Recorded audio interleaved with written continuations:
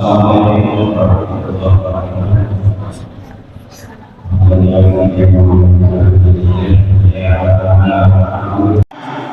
Istirahat dari Masjid Abu Bakar Bin semenjak melaksanakan ibadah salat maghrib sekaligus kita mengikuti. Bapak kan dulu jualan AC, ya, jaga pasang AC, iya. Sekarang saya mau pasang AC, oh nggak bisa, ini akhirat. Dulu di dunia benar AC, sekarang di mahsyar udah nggak ada AC. Kalau seandainya engkau berhenti menjawab dan memenuhi panggilan tadi, niscaya umatmu akan tenggelam dengan. Apalagi kalau sampai Nabi jawab.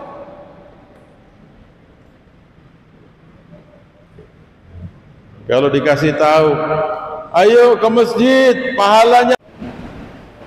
Tapi kalau dikatakan, ayo ke masjid, pahala besar. Nanti dulu, kaos datang. Ayo sholat subuh, dapat nasi kuning. Oh iya, mau datang besok.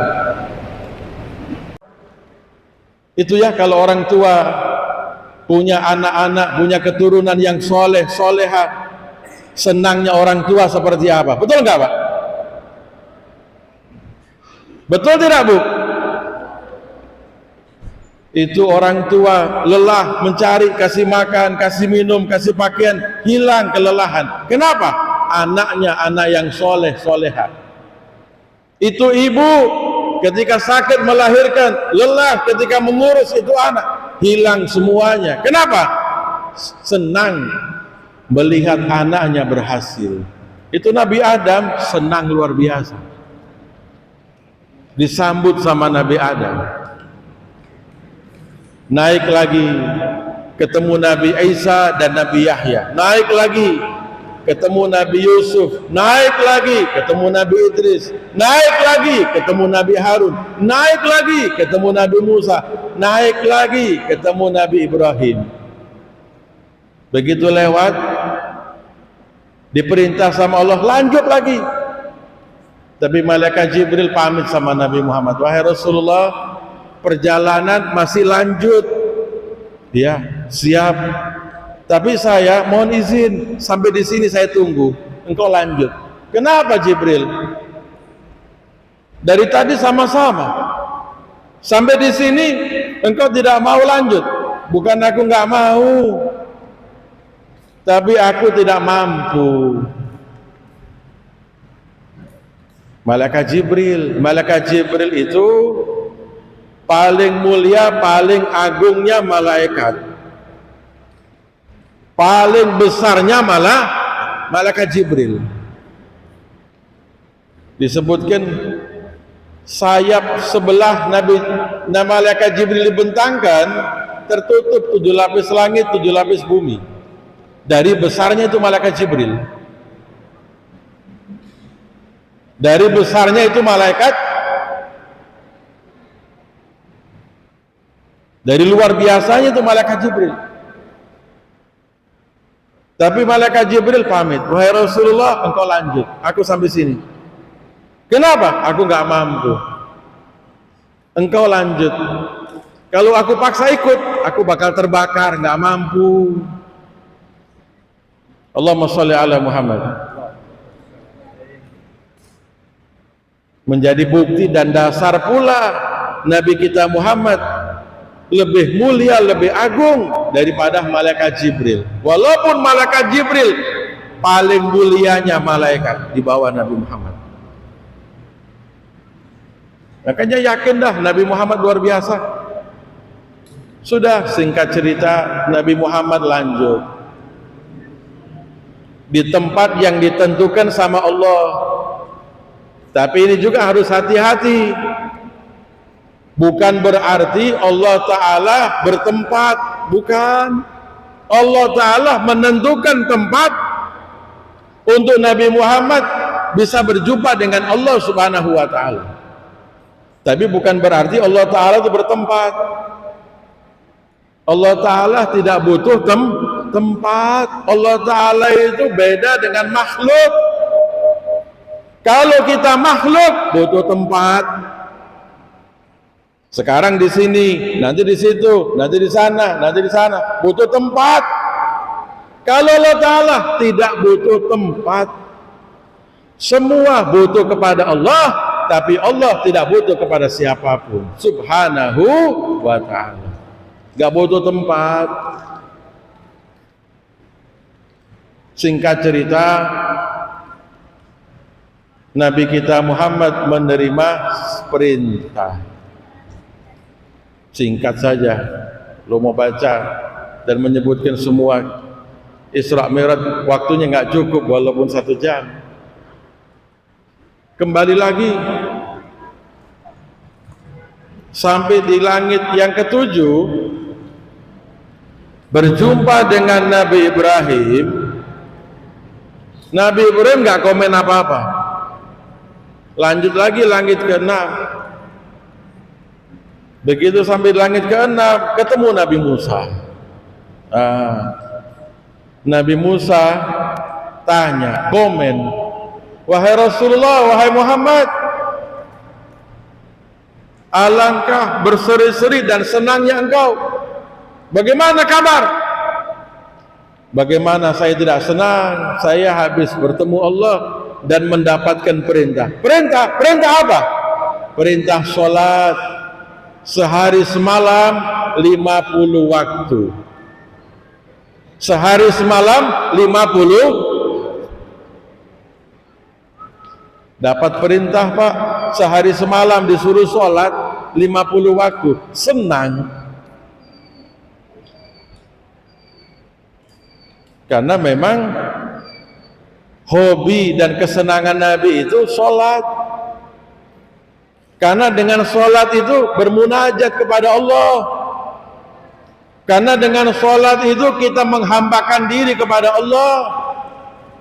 Karena dengan sholat itu kita bisa merasakan kita sebagai hamba dan kita punya Allah yang kita sembah.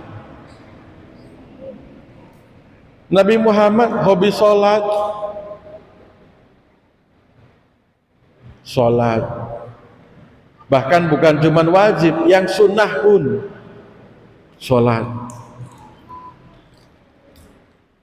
Dapat perintah sehari semalam 50 waktu, senang. Kata Nabi Musa, wahai Rasulullah,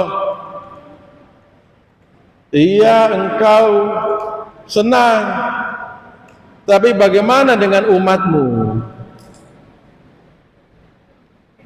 Bayangkan ya, ketika untuk diri beliau senang, tapi begitu diingatkan umatmu, kata Nabi Musa, aku khawatir umatmu nggak sanggup. Kita pengalaman menghadapi saya punya umat Bani Israel, pemelawan, susah diatur. Khawatir umatmu sama dengan umatku. Jadi bagaimana? Minta keringanan. Jangan sampai nanti diperintah 50 mereka nggak bikin. Dan kalau sampai mereka nggak bikin, akibatnya masuk surga atau neraka? Orang nggak sholat, surga atau neraka? Begitu diingatkan umat, Nabi Muhammad langsung berjuang untuk umatnya. Memohon kepada Allah, ya Allah, beri keringanan. Sampai berulang-ulang. Dari 50 jadi 5 waktu. Nabi Muhammad memperjuangkan dari 50 waktu jadi 5 waktu. Itu pun Allah Subhanahu wa taala berjanji 5 waktu perintah. Nilainya tetap gak berubah. Nilainya tetap 50. Setiap 1 waktu sholat dikali 10. Sehingga 5 waktu jadi 50. Itu pun Nabi Musa masih mengatakan, wahai Rasulullah Muhammad, coba minta keringanan lagi. Kata Nabi, sudah 5 waktu. Dari 50 jadi 5. 5 waktu itu juga khawatir umatmu nggak bisa bikin. Lu udah 5 waktu, diskon berapa itu Pak? 90% diskon. 5 waktu. Nah 5 waktu inilah yang sampai hari kiamat wajib untuk ditunaikan. Sampai hari kiamat. Tidak ada cerita nggak sholat. Selama dia mukallaf, selama dia suci dari haid nifas, wajib sholat. Sibuk, tetap sholat. Sakit, tetap sholat. Musafir, tetap sholat. Tidak ada cerita kalau sempat sholat, kalau nggak sempat nggak sholat. Bapak sholat nggak? Ya sholat kalau sempat. Hah? Kalau nggak sempat ya nggak sholat. Kalau bapak sholat subuh nggak? Iya. Kalau nggak ketiduran, kalau ketiduran ya nggak sholat. Dosa pak? Nggak dosa, tidur. Naudzubillah min. Ya kalau orang nggak sholat nggak dosa, ya enaklah mereka yang nggak sholat. Padahal walaupun ketiduran sekalipun, bangun tidur wajib untuk dia sholat yang tertinggal tadi. Itu pun tidak boleh jadi kebiasaan tiap hari. Gak pernah bangun subuh. Padahal kalau mau dibilang masjid-masjid di Manado ini, Masya Allah, bukan cuma dikumandangkan azan subuh, tapi setelah subuh juga dibacakan zikir. Betul begitu Pak Imam? Ya Hayyu Ya Qayyum La ilaha illa anta. Diulang-ulang. Ketika azan Allahu Akbar belum bangun. Asyhadu an la ilaha illallah belum bangun. Hayya 'alas shalah belum juga bangun. Hayya 'alal falah juga belum bangun. As-salatu khairum minan naum, terbangun. Tapi setan bilang jangan percaya, bohong. Dia bilang sholat lebih baik dari tidur. Yang betul tidur lebih baik dari dia tindis lagi. Loh ini Nabi yang bilang sholat lebih baik daripada tidur. Kok kenapa kita balik? Tidur lebih baik dari. Begitu selesai masih ada lagi zikir. Kalau nggak bangun juga, naudzubillah min. Makanya hadirin Bapak Ibu Saudara sekalian, perhatikan sholat 5 waktu. Apalagi ini mau Ramadan, kalau bisa jangan cuma sekedar sholat wajib, tambah dengan sholat-sholat sunnah. Itu sholat itu yang pertama kali bakal ditanya, dihisab oleh Allah Ta'ala. Sholat, kamu sholat enggak? Enggak. Kalau sampai enggak sholat, urusan panjang. Tapi kalau dia sholat, diringankan semuanya sama Allah Ta'ala. Boleh jadi ada ini, boleh jadi ada ini, boleh diringankan semua. Makanya orang tua dulu itu setiap kali bertanya sama anaknya itu bukan makanan, bukan macam orang tua sekarang. Orang tua sekarang itu tanya sama anaknya makan, mau berangkat sekolah, nak sudah makan belum? Nanti pulang sekolah tanya lagi, sudah makan belum? Nanti sore bangun tidur, sudah makan belum? Nanti malam mau tidur, tanya lagi, sudah makan belum? Yang ditanya makan terus. Sholat nggak ditanya. Kalau orang tua dulu, yang ditanya selalu sholat. Kamu sudah sholat belum? Belum, ayo pergi sholat. Baru tidur. Ayo pergi sholat, baru berangkat sekolah. Ayo sholat. Bangun. Malahan yang punya anak kecil-kecil dibangunkan di waktu tahajud. walaupun mereka sekedar bermain. Supaya apa? Pertama, supaya terbiasa bangun. Yang kedua, supaya kebagian rahmat yang turun di waktu tahajud. Lah ini kan kita enggak. Kitanya kadang-kadang bangun tahajud atau bangun subuh, anak kita kasih selimut, tidur jenak, tidur ya. Bangun, sholat. Sehingga Nabi SAW beliau menyatakan, perjanjian dan ikatan antara aku dengan umatku, sholat. Jaga sholat. Mudah-mudahan insya Allah dengan peringatan ini begitu banyak hikmah yang kita bisa petik, kita ambil pelajaran dan peringatan. Bukan hanya sekedar kita hadir tapi pulang kita kosong, enggak, tapi kita hadir dan kita pulang, kita ambil pelajaran masing-masing, termasuk saya pribadi. Insyaallah mudah-mudahan bisa semakin tambah iman kita kepada Allah, bisa semakin kita cinta dan dekat kepada Nabi Muhammad SAW,